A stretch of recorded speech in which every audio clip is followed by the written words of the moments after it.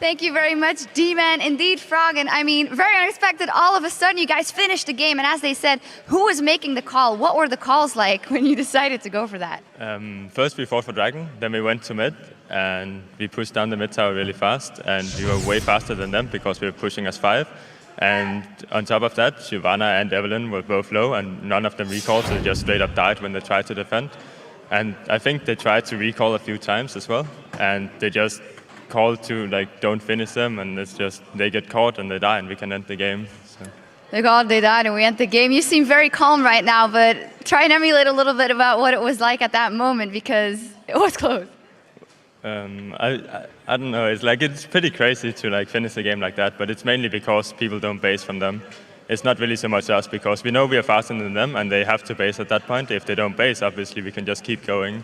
And if they die, we can even end the game. And that's basically what happened, that we just flashed for them and killed them.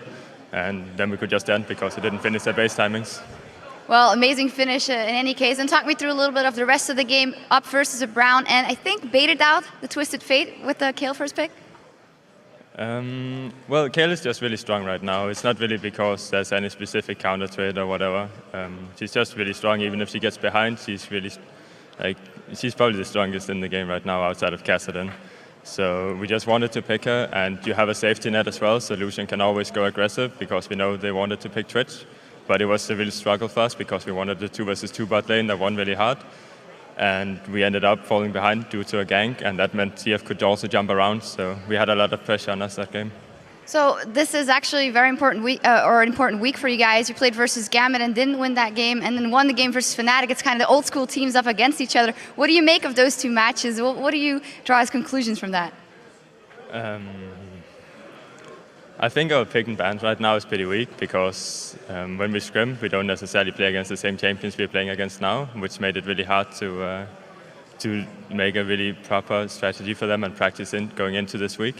So I think our pick and bans this week were pretty weak, and we could definitely have lost both games. Like this game right now, we could have lost as well. So we need to get stronger next week. Yeah, but you didn't lose. What a finish it was. Thank you very much. Thank you. And we're going to take a short break. We need to cool down after that because what a finish. But when we come back, the Copenhagen Wolves will take on SK Gaming. And we're going to break down that amazing finish. Stay right here.